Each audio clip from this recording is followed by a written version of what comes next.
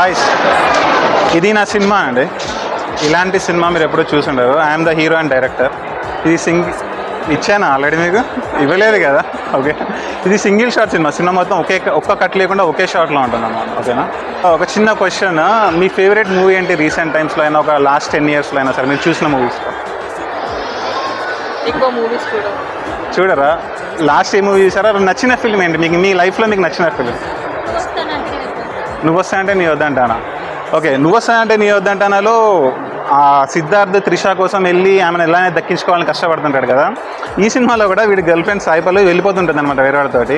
ఆమెను ఎలా అయినా దక్కించుకోవాలని చెప్పేసి చాలా క్రేజీ జర్నీ చేస్తుంది. And last 20 minutes full emotional love ఉంటుంది అన్నమాట. ఏడ్ చేస్తారు ఆ రేంజ్లో. ఒకసారి చదవండి, మిస్ అవ్వకుండా. Okay, thank you.